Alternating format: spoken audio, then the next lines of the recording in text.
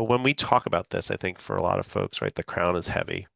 When we talk about being executive director, often it is requiring somebody that might have previously been very transparent or very open to, in some situations, protect themselves.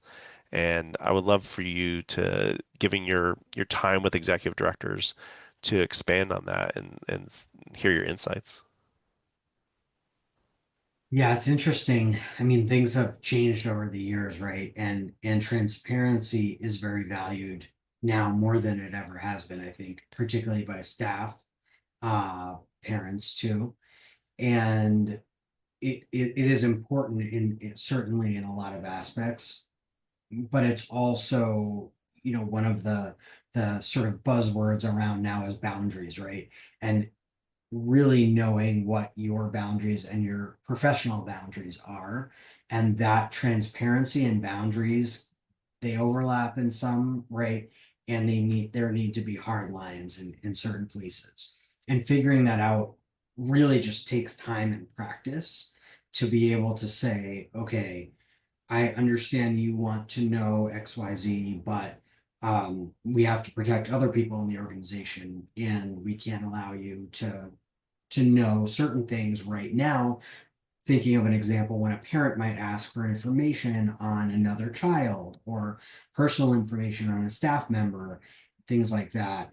And in terms of protecting yourself, I think it's really important to be able to be genuine, but also to be able to say, this is kind of as far as I can go right now. And there's a lot of reasons for that.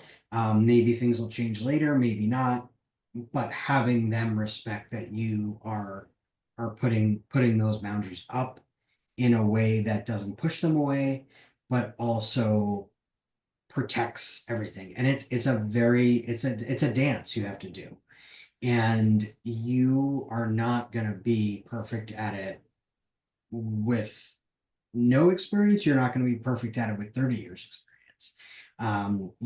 I talk to directors who have been directing for many, many years, and it's not, we don't talk about sort of how do you become a leader, right? Because a lot of the people I work with have been leaders for many years. It's you are dealing with new things all the time, and camp is changing all the time. And every year there are new things that come up, new things that you haven't dealt with, maybe other people have dealt with.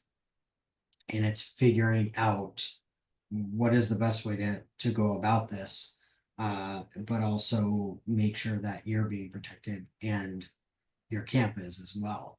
So I think it's important to have people to talk to, even if it's a spouse or a friend, to be, people in your life. If you're going to be an executive director who, I can go to these people with and talk about these things, because I'm not going to be able to necessarily talk to my employees about That's great.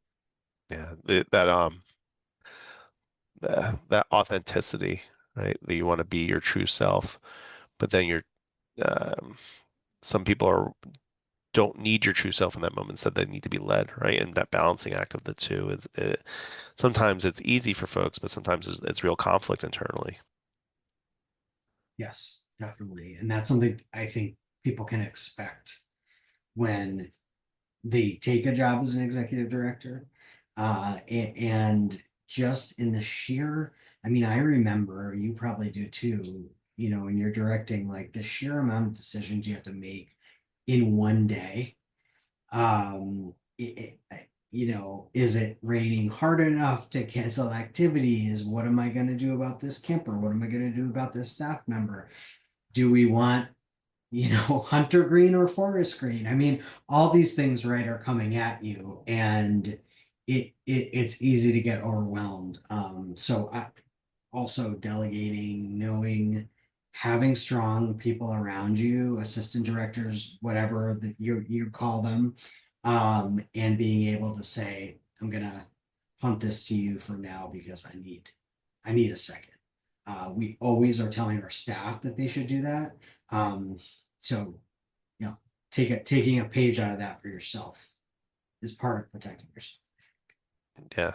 Yeah, it's funny when you talk about when you talk about protecting yourself and you talk about decision fatigue, I actually I find a lot of executives, a lot of leaders, when they go on vacation, they go to like all-inclusive resorts. So it means they don't have to make any decisions. The food's right there, the beach is right there, like everything's just kind of right there because they don't want to think. They have literally decision fatigue is what you're describing.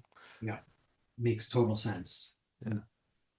I mean, that's why all-inclusive places are so popular, you know, and people who run family camps, that's basically what you're doing, right? For others, not for yourself.